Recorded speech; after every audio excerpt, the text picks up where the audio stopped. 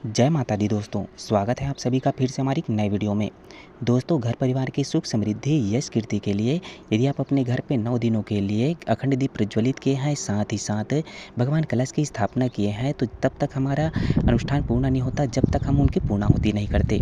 तो दोस्तों, आपको हम पूर्णाहुति करने की बहुत सरल और संक्षिप्त पूजन विधि, यज्ञ विधि बताने वाले हैं, जिसके माध्यम से आप घर पे बिना पंडित का भी आप अपने घर पे पूर्णाहुति यज्ञ विधि के माध्यम से खुद से ही बिना पंडित का कर पाएंगे। साथ ही साथ यज्ञ विधि के माध्यम से आपको पूर्णाहुति करने के लिए कुछ सामग्रियाँ आपको लगने वाली है। उन सामग्रियों को आपको पहले से ही जुटा करके रखना होगा। जैसे आपको कम से कम 1 पाव घी आपको लगेगी, उसके साथ ही साथ थोड़ी ज़्यादा मात्रा में आपको संविधाएँ लगने वाली है, आम की लकड़ियाँ लगने वाली है, साथ ही साथ हवन सामग्री आपको लगेगी। आप मार्केट से इनको आप रेडीमेड खरीद करके ले आएंगे, या तो फिर आप थोड़ी मात्रा में घी, चावल, उड़द, जौ, तिली इन सभी को मिक्स कर करके आप हवन सामग्री भी आप बना सकते हैं। साथ ही साथ धूप, दीप, नैवेद्य आपको ये सब सामग्रियाँ हवन के दिन आपको लगने वाली है।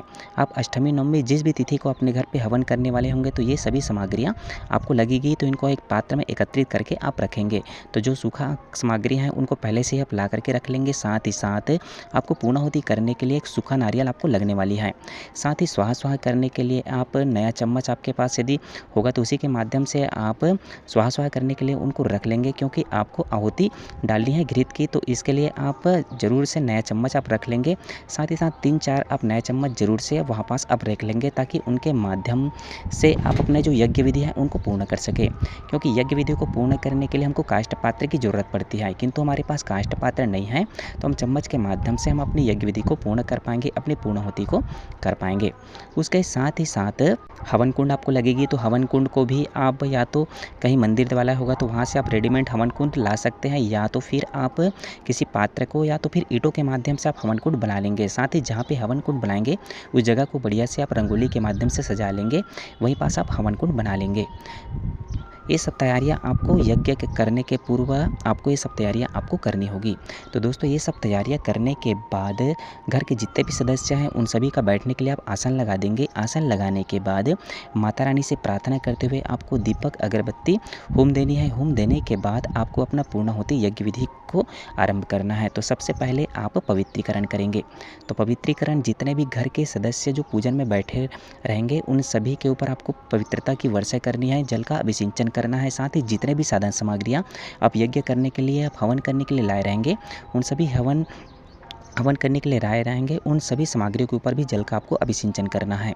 साथ ही मन में ये भाव रखना है कि सभी साधन सामग्रियाँ पवित्र बन रही, पूजन योग्य बन रहे हैं। ओम अपवित्र पवित्रो व सर्वावस्थांगतोऽपि वः यः स्मरेत पुंडरीकाक्षं स समभवन्तरः शुचिः। ओम पुनातु पुंडरीकाक्षा पुनातु पुंडरीकाक्षा पुनातु। आप गायत्री मंत्र बोलते हुए अभिसिंचन कर पाएंगे। साथ ही साथ यदि आपको कोई भी मंत्र यदि नहीं आती है तो गायत्री मंत्र या तो फिर माँ दुर्गा के मंत्रों का स्मरण करते हुए आपको प्रत्येक कार्यों को करना है।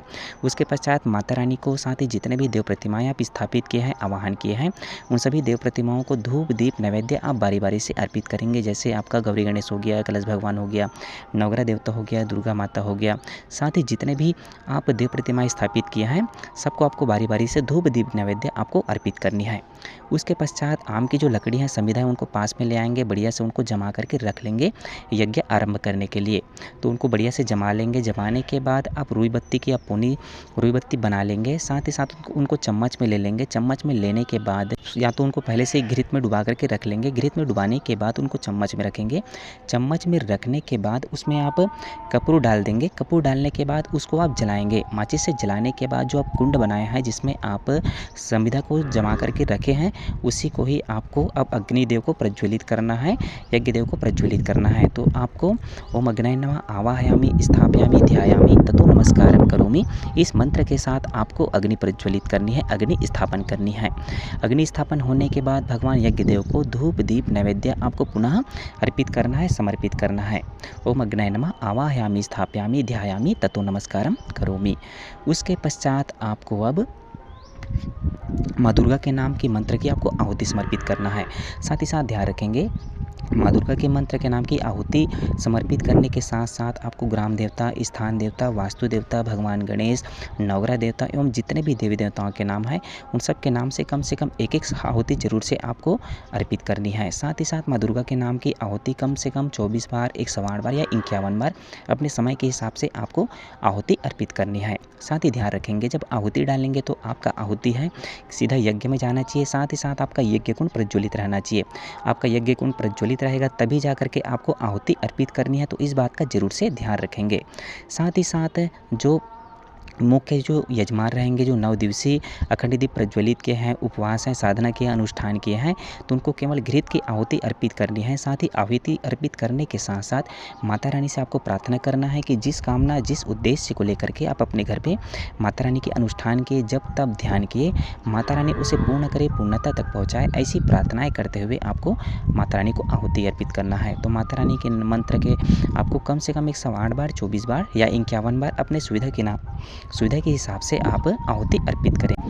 और इस मंत्र के माध्यम से आपको आहुति अर्पित करना है। ओम गिरिजाय विद्महे शिवप्रियाय धीमहि तन्नो दुर्गा प्रचोदया स्वाहा इदम दुर्गाय इदम नमः। इस मंत्र के माध्यम से आपको आहुति समर्पित करनी है, या तो फिर आप ओम दुर्गाय नमः स्वाहा इदम दुर्गाय इदम नमः इस तरह के मंत्र बोलते हुए माँ दुर्गा के नाम के आपको आहुति आपको अर्पित करनी है श्रद्धा भाव के साथ। साथ ही साथ जो यज्ञ कुंड के समीप बैठे रहेंगे तो सभी हवन सामग्री के माध्यम से आहुति अर्पित करेंगे।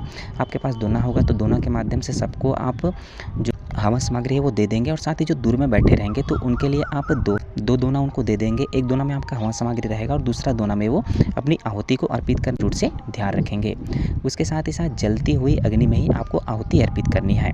उसके पश्चात जितने भी देवी देवताओं के नाम हैं उन सभी देवी देवताओं के नाम से भी आपको आहुति अर्पित करनी है। तत्पश्चात आपको सृष्टिकृत होम समर्पित करना है। तो सृष्टिकृत होम में यदि आहुति डालने में कुछ कमी रह गई हो तो उनके अनुरूप मिष्ठान अर्पित करते हैं भगवान यज्ञ को। तो मिष्ठान के रूप में यदि आप खीर बनाए हैं तो खीर की आप सृष्टिकृत होम के लिए आहुति अर्पित करेंगे, प्रायश्चित होम अर्पित करेंगे। यदि खीर नहीं है तो आप मीठा में आपके पास या तो शक्कर हो गया या तो फिर इलायची दाना और घी करके आप भगवान को आप अर्पित करेंगे। उसके पश्चात आप करेंगे पूर्णाहुति। तो पूर्णाहुति करने के लिए आपके पास सूखा नारियल होगा, जो यजमान होंगे सूखा नारियल को बीच से छेद कर देंगे। उसमें आपको थोड़ी मात्रा में हवन सामग्री, साथ ही थोड़ी मात्रा में उसमें घृत डाल देंगे। घृत डालने के बाद जितने भी घर के सदस्य हैं सभी खड़े होकर के पूर्णाहुति करेंगे, अंतिम आहुति करेंगे। तो पूर्णाहुति आपको करनी है। साथ ही साथ घर के जितने भी सदस्य हैं एक एक चुटकी हाथ में हवन सामग्री लेंगे। हवन सामग्री लेकर के सभी खड़े हो जाएंगे। साथ ही साथ जो यजमान है वो सूखा नारियल को लेकर के खड़े होंगे। उसके बाद आपको अंतिम आहुति पूर्णाहुति अर्पित करनी है। जिस काम और जिस उद्देश्य को लेकर, जिस भाव के साथ आप माता रानी के अनुष्ठान किए, माता रानी के दीप प्रज्वलित किए, माता रानी उसे पूर्ण करे, पूर्णता तक पहुँचाए, ऐसी माता रानी से प्रार्थना करते हुए, भाव रखते हुए आपको अंतिम आहुति देव दक्षिणा पूर्णाहुति आपको अर्पित करनी है। ओम पूर्णमदः पूर्णमिदं पूर्णात् पूर्णमुदच्यते पूर्णस्य पूर्णमादाय पूर्णमेवावशिष्यते। ओम पूर्णात् दर्वी परापत सपूर्णा पुनरापत वैष्णव विक्रीणा वह स्मूर्जग्वं स्वाहा। ओम सर्ववै पूर्णग्वं स्वाहा। इस मंत्र के साथ आपको आहुति अर्पित करना है। अगर मंत्र नहीं आती है तो कोई दिक्कत नहीं है, आप माँ दुर्गा के नाम से, साथ ही साथ आपको सच्चे मन से, सच्चे भाव के साथ आपको पूर्णाहुति करनी है। अंतिम आहुति देवदक्षिणा पूर्णाहुति आपको यज्ञ के माध्यम से अर्पित करनी है। उसके पश्चात माता रानी की आप जैसे प्रतिदिन आरती करते थे वैसे ही आपको माता रानी की विधिवत आरती करनी है। आरती करने के बाद आपको 3 बार परिक्रमा करनी है, माता रानी को आरती दिखा देनी है। ओम स्तुतां मया वरदा वेद माता प्रचोदयन्तं पावमानि द्विजानां आयु प्राणं प्रजं पशुं कीर्तिं द्रविणं ब्रह्म वर्चसं मह्यं दत्वा ब्रज ब्रह्मलोक। सबको आरती दिखा देंगे। सबको आरती दिखाने के बाद आप माता रानी से करेंगे क्षमा याचना। तो माता रानी से क्षमा याचना करने के लिए, क्षमा प्रार्थना करने के लिए हाथ में पीला चावल और फूल ले लेंगे। साथ ही प्रार्थना करेंगे कि हमसे जो कोई भी भूल चूक त्रुटि गलती हुई है इनके लिए हमें क्षमा करना, क्योंकि हमसे जितना बन पड़ा हमने किया, फिर भी त्रुटि होना स्वाभाविक है, तो माँ हमें क्षमा करना। इस भाव के साथ आपको माता रानी से हाथ जोड़ करके, आंखें बंद करके श्रद्धा भाव के साथ क्षमा प्रार्थना करनी है। ओम आवाहनम न जानामि नैव जानामि पूजनम विसर्जनम न जानामि क्षमस्व परमेश्वरा। इस भाव के साथ आपको अक्षत और पुष्प अर्पित करनी है, क्षमा प्रार्थना करनी है।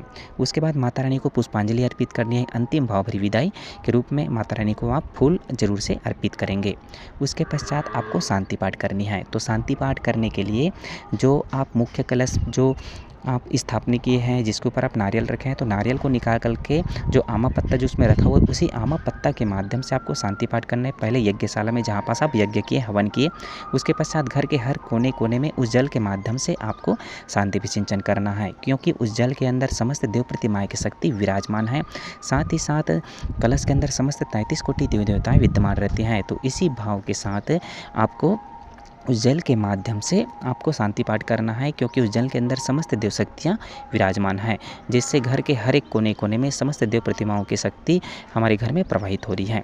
ऐसी ही आपको भावनाएँ करते हुए शांति पाठ करना है। अंत में जब जल बचेगा उनको, यदि रविवार का दिन नहीं रहेगा तो आप जिस दिशा में भगवान सूर्य उदित रहेंगे तो उस दिशा की ओर मुख करके आपको भगवान सूर्य को अर्घ्य देना है। अर्घ्य देने के बाद आप 3 बार परिक्रमा कर लेंगे। ओम यानि कानि जपानि ज्ञाता ज्ञातिकृतानि च तानि सर्वाणि नश्यन्ति प्रदक्षिणायां पदे पदे।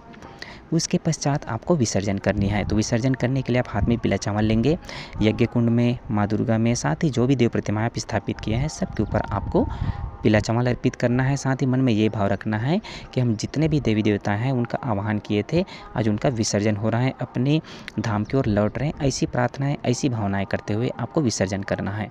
तो इस तरह से आप बहुत ही सरल और संक्षिप्त पूजन विधि के माध्यम से, वैदिक पद्धति के माध्यम, बिना पंडित के भी आप अपने घर में पूर्णाहुति आप कर पाएंगे यज्ञ विधि के माध्यम से।